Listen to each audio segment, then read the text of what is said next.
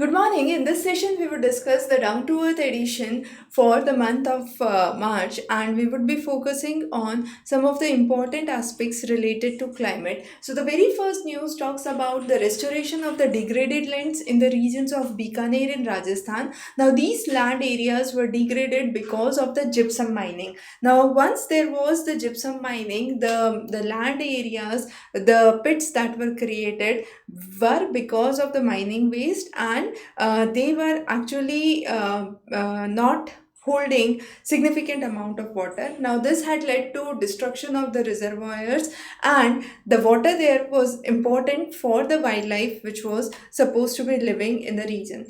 So there were various efforts which were done specifically involving the Jasnati community, which has a major presence in the regions of the village of Bikaner, because they emphasized the land was important for grazing of animals, for the forest, for the biodiversity, and the steps were taken for restoration. So the first step included actually fencing the region, and then working with the plantation efforts, encouraging the families to join this native idea of bringing in more plants in the region, and ultimately the animals which were there were able to have water for their survival. So this was a sign of ecological recovery which was seen in the regions of Bikaner. One very important case study that you can bring in for water restoration efforts from Rajasthan. The next important thing that we would discuss today is the extreme weather records in 2024. So 2024 has seen extreme number of far weather events till date, and it was believed that 22 out of 366 days had an extreme weather condition in one part or the other part of the world, and this was higher than the 23 record of 318 days. So we can see year after year these numbers of extreme weather events have been highlighted, and 88% of the year actually witnessed extreme weather condition in some form in one part of the country or the other within India as well. Central India recorded the highest number of weather extremities, with the maximum seen in Madhya Pradesh. The fatalities were again highest of the last 3 years, accounting for nearly 3,472 fatalities. The impact shows severe impact on agriculture. This has also affected the cropping area, and there has been a trend which is expected to continue till 2025, considering that as the driest year since the January 1901. Now, if we look onto the region wise analysis, as you can see, the highest number of extreme weather events in 2022 were seen in northwestern region. However, in the months of 2024, this number was extremely high for both northwestern and central India, and central India overtaking the regions of northwestern.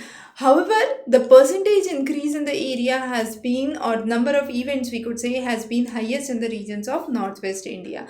Now there has been another climatic issue globally, where there has been legal actions against the Trump administration efforts, talking about two lawsuits which focuses on the efforts to expand the offshore oil and gas drilling, which is the first legal climate change challenge, which is in the second term. Now, this was filed in Alaska by a non-profit organization which is known as Earth Justice, and it opposed the order that revoked protection established during the Biden presidency, talking about the restricted drilling in the regions of Alaska and Atlantic and Pacific, specifically in the regions close to Alaska and the Gulf of Mexico.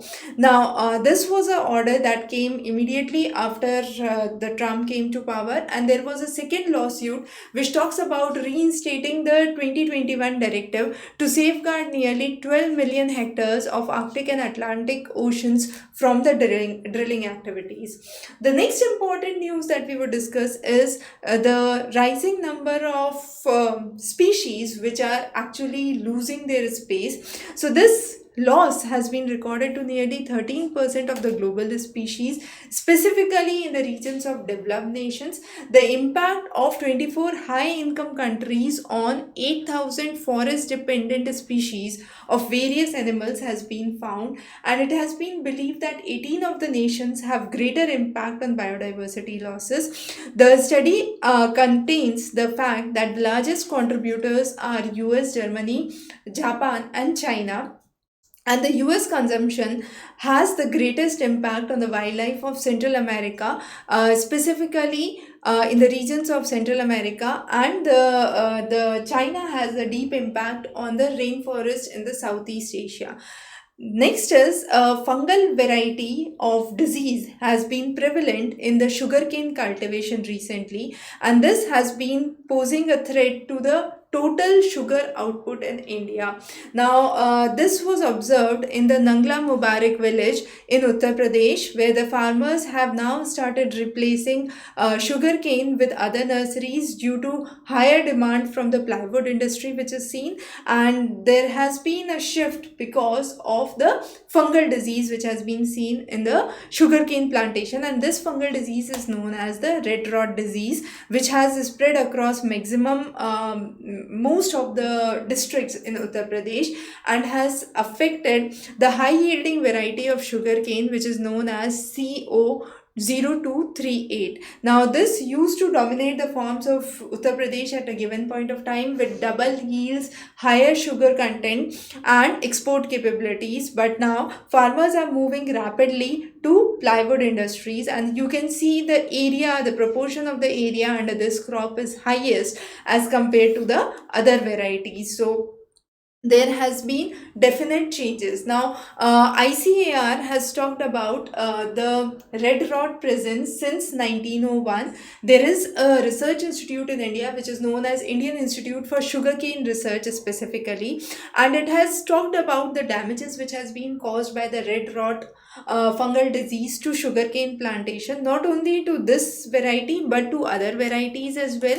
Now, this can spread through air, water, soil, and set pieces of sugarcane stalk which are used for planting the new crops, and can lead to decline in the juice, decline in the sugar, and decline in the jaggery as well as the bagasse.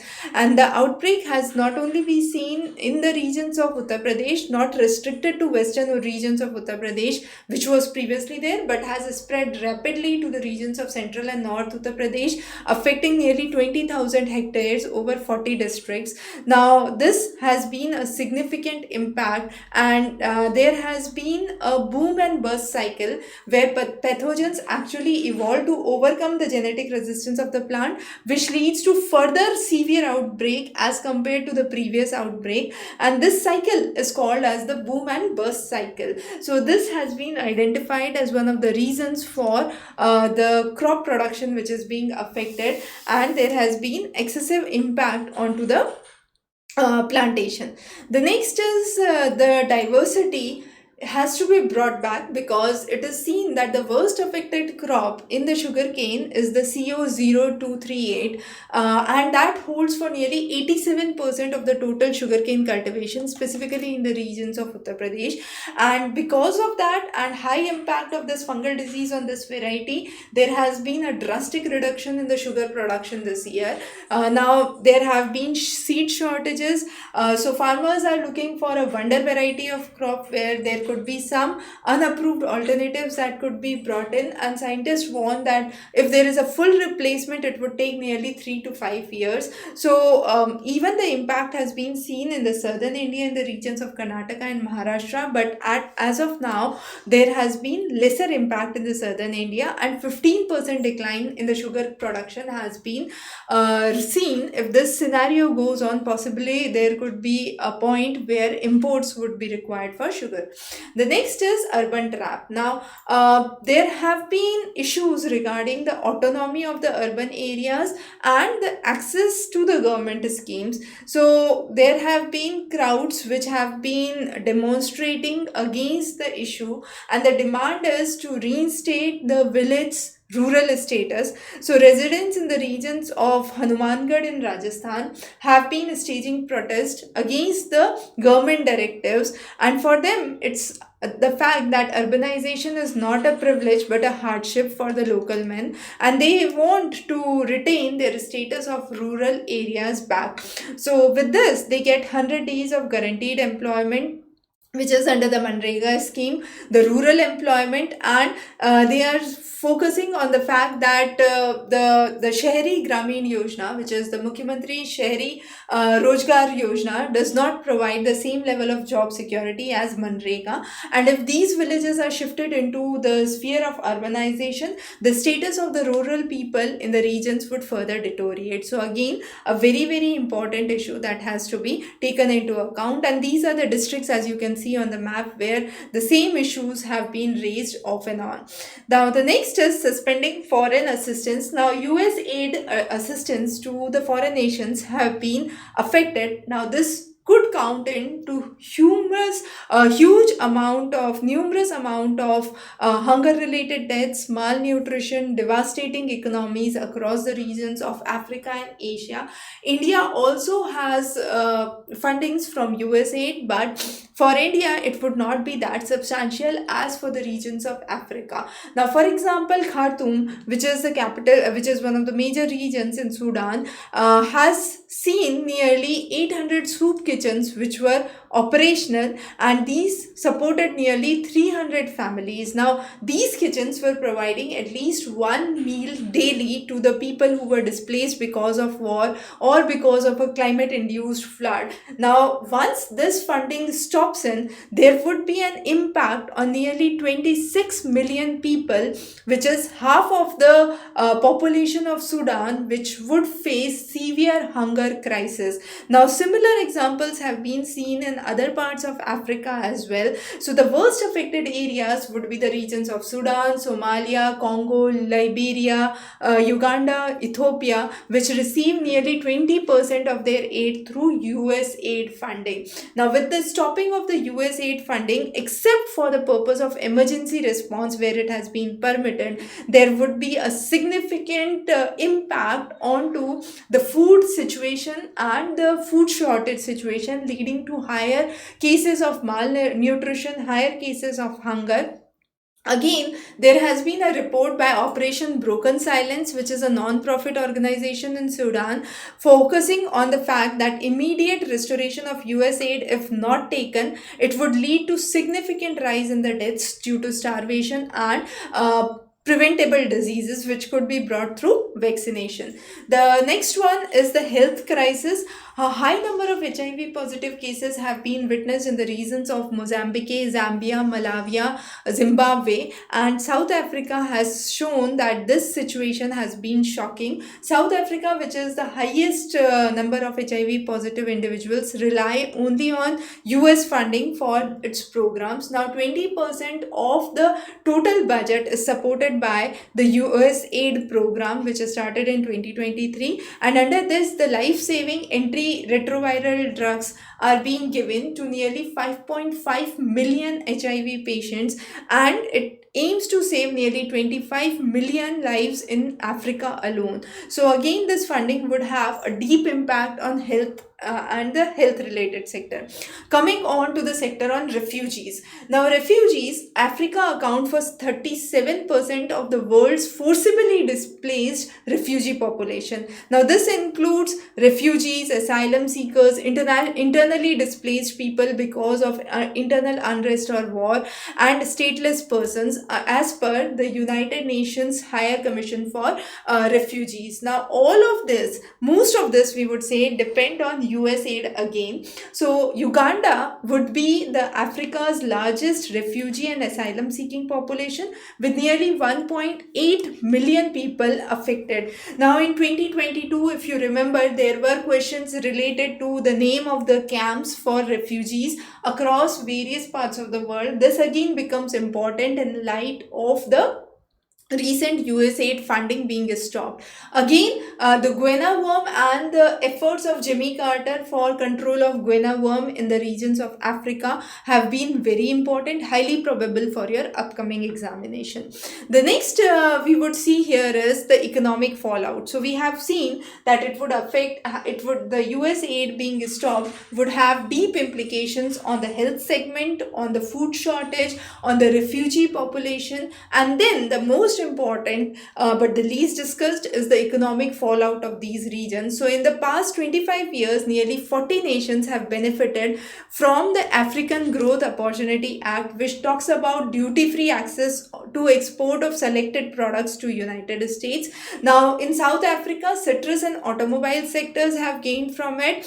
There have been concerns over the new national energy policy, which has talked about expanding the fossil fuels exploration, and then the international competitive market have been affecting the same. The next is ancient India. Now this has become important across the past few sessions that we have discussed. In the last Yojana also, we talked about the importance of IKS, or the Indian knowledge system, specifically in the field of culinary sciences, and Pak Shastra was what we discussed for food and the qualities of cook, the qualities of the vegetables, and the basic characteristics that have to be taken into account. In this section, we are talking about the science and innovation during the ancient period. So the present IITs are not just the present IITs. We have seen how there has been the evolution of the science and innovation across the various ancient universities, and there have been recent researches which have talked about that how physics was one of the important aspects of ancient India, which was even in the language of Sanskrit. There have been facts which have been advocated for patent filings in Sanskrit, and the idea of religious mythologies, India's scientific achievements have been highlighted constantly. The All India People Science Network, which is a collective of nearly 40 science organizations, has talked about the concerns over the imposition of Indian knowledge system in educational and research institutes, and it has warned that if these initiatives are not represented properly, or not represented in the right form, they are distorted, they can create pseudo-scientific beliefs which would affect the academic ongoing discourse of the studies. So again, it has been very, very important to take the ancient India and the developments under ancient India very carefully. The next important thing that we would focus on is a new concept which is called as snow irrigation. So far, we have been familiar with drip irrigation in the regions of Moab Desert in Israel. Now, snow irrigation is one such way through which farmers can actually use snow as white manure, and this has been practiced in the regions of Himachal Pradesh, the Sunnam village, where snow has been transported, and this snow provides moisture for apple plants, specifically the ones which are young and delicate, and this could be acting as a nutrient, acting as a manure, as a base for the plants. So Kinnaur region, which is considered as one of the major areas for horticulture and the related activities, has been recently experiencing severe shortage of rain and snow, and bringing in artificially this snow as manure in the region could have important impact on the growth. So there has to be an identification of pre-flowering, flowering and fruiting season, and the temperature range has to be very, very aligned. For example, even a minor increase in the temperature during the flowering time from 0.02 to 0.04 degrees Celsius could have a significant impact onto the production. So specifically for the production of apples and apricots, the pre-flowering season has a very important value. Apricots are one of the most vulnerable species during the flowering stage, and for 72% of them is impacted. Again, grapes are very, very vulnerable during the fruit setting season. So these have to be taken into care very very delicately. And then we have seen that in the last 2 decades there has been a decline in the productivity of of almonds and pears, which has been very very significant. However, on the other hand, there has been a very slight increase in the production of walnut cultivation.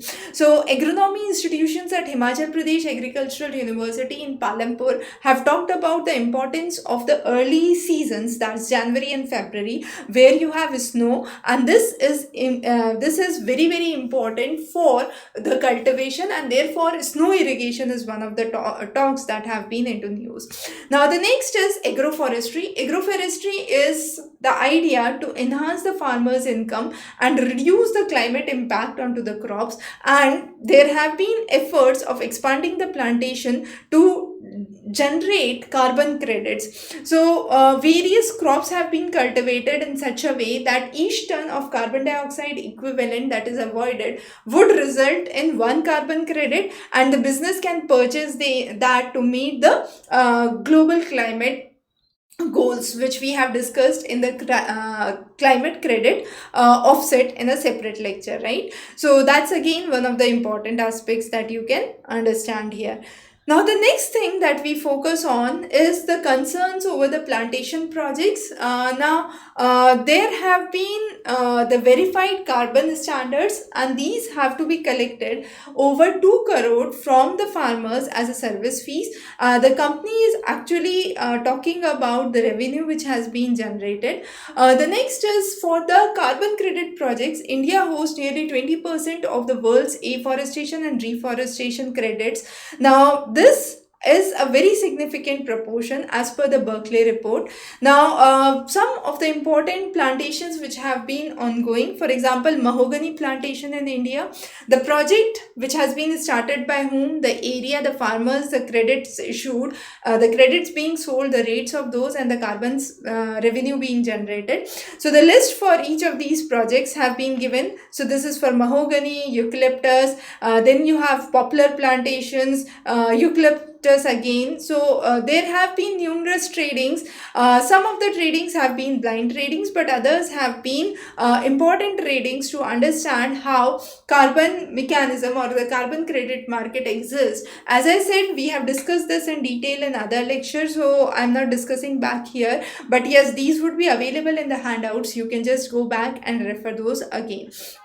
Now, what is really important to understand is the issues which are related to saving the agroforestry practices in India.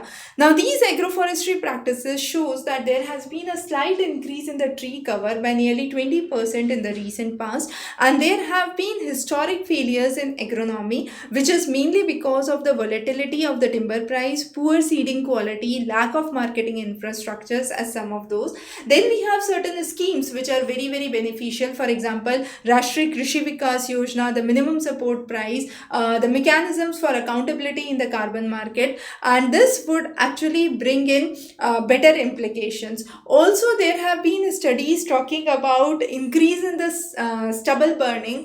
Shiopur in Madhya Pradesh, Silpuri are some examples where these things have been noticed, and stubble burning incidences have increased. Now, these stubble burning cases increase the amount of carbon exchange into the atmosphere, and there have been high number of fire incidents even because of it. We have seen the highest number of fire cases in Madhya Pradesh. Again, in Punjab, there have been numerous cases of fire incidents which have been seen, and these were because of the stubble burning. So if the land is under paddy cultivation, it has been ongoing under paddy cultivation for 40 years, but the expansion has been limited. There has been the area which has doubled in the recent past, and there are numerous Krishi Vigyan Kendra which have been working for it. Now, this trend actually talks about the increase in the events of the stubble burning. So as you can see, within 1 month, you have seen the highest number of increase record which has been seen in 2024. The previous record was seen in 2020, and then in the last 3 years there was a marginal decline in the number of stubble burning incidents, but the recent years has marked the highest increase. Now this could be well correlated to the fact that we have studied before, which talks about extreme weather events and extreme weather conditions. So possibly that could be one of the reasons we can accrue to it. But again, this is something that has to be taken into light carefully and must be controlled. Otherwise, it could have a significant impact not only on the paddy production but also onto the local cultivation, the local agriculture, along with that increasing the amount of carbon dioxide into the atmosphere. So this has been a challenge. Now it is mainly because of the soil conditions there, the short gap which is between the paddy season and the wheat sowing season. So those incidences are again important, and within Madhya Pradesh we can see Shevpur, Jabalpur as some of the regions which have the highest incidences of stubble burning which has been reported. Now the rapid spread has been seen in the districts marked in the regions of red, where you have seen a significant decline in the paddy production, but the other areas which are in green have seen a significant increase in the paddy production. But the steep rise has been seen only in the paddy cultivation in Madhya Pradesh. But again, if we technically look onto paddy cultivation, paddy requires a lot of water, which is ideally suited for the areas which are coastal, for example, the regions of West Bengal, the Ganga Brahmaputra Delta areas. So those are the areas which are the best suited. Anywhere else, if paddy cultivation comes in, even through green revolution, even through high yielding variety of seeds, in long run, it would have a deep implication on the soil structure and ultimately leading to poor soil capabilities and also reduced water levels, we would say. So gray zones and dark zones would be created, which would lead to water deficiencies or water deficit for the population, not only for agriculture but also for industry and residential purposes. So again, that's a very, very important aspect. The next is legacy waste. Now legacy waste, unlike the valuable inheritance, pose a serious threat to environment while it occupies the urban area. So what are the kind of waste which is generated? Leachates, it could be methane, which can lead to air pollution. Then there are inadequate ways of disposing the municipal solid waste, which is again one of the reasons which we can say have been affecting the waste, and it is important to process them and then point out the right waste, right? So if we talk about the fresh waste and legacy waste, we would see in the legacy waste there is more amount of semi-indigested material as compared to fresh waste, where there is more amount of organic waste, and in the legacy waste there is high amount of inert material, which is again a cause of concern. There have been isolated cases which have been reported in the specific states and have been identified on the border areas, but again there has been the main cause, which is the municipal solid waste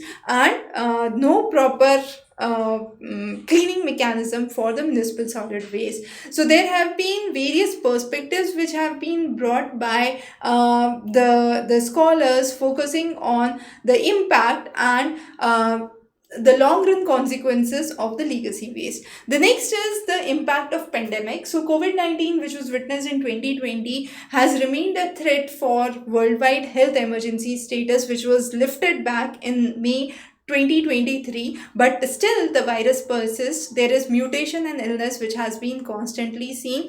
Many of the long-term COVID effects have been seen. There have been issues of amnesia which have been seen. The epidemiologists have been talking about that the pandemic remains ongoing and the impact remains ongoing.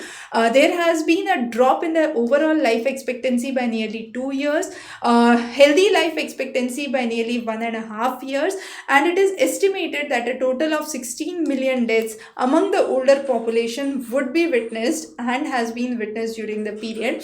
Also, there has been a constant conflict between natural disasters with life expectancy, which has declined in nearly 84% of the countries, and in India there has been nearly 2.5 years of life decline which has been registered, which is a significant drop that has been seen. The next important, some other important news from the from the sections have been regarding the Pradhan Mantri Antyodaya Anna Sanrakshan Abhiyan, which talks about multiple price support and market intervention for food stability, food price stability. Then we talk about the issues which have been raised under the International Finance Corporation, the World Bank's private arm, which lends has proposed nearly 40 million loan for waste to energy incineration projects in the regions of Gujarat.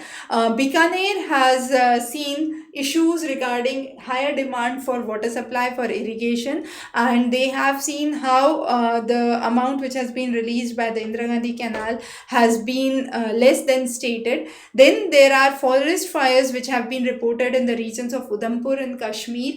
The NGT and its action have been important, specifically for encroaching the ponds by the educational institutions in the regions of Almora.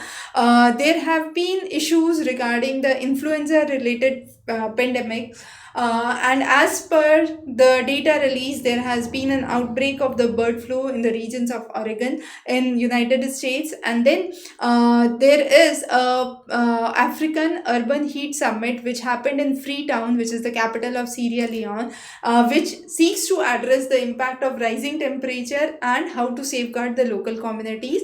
Japan has talked about releasing nearly 2 lakh tons of rice from emergency reserves because of the rising prices, which has led to 50% increase in the price of paddy in the markets recently. Also, there have been numerous climate activists who have been protesting in the regions of Germany regarding greater focus on the climate issues ahead of the elections in Germany. And now the Germany results are out, so we would be discussing that in the next down to earth edition. So this was it for today. Thanks for joining in, and of course the handouts are available at Exam Race for free, so don't miss those. Highly important, specifically the section on weather and climate alerts, very important. There has been a specific case study on the regions of Madhya Pradesh on stubble burning, very important for geography optional students for mains answer writing, specifically pertaining to stubble burning or incidences of fire in forests. So that has been or declining amount of agricultural productivity, again sugarcane productivity, and the reasons for decline of the sugarcane productivity can be one of your case studies for answer writing in your mains. So stay tuned for further updates from our side. Thanks for joining in. Have a wonderful day.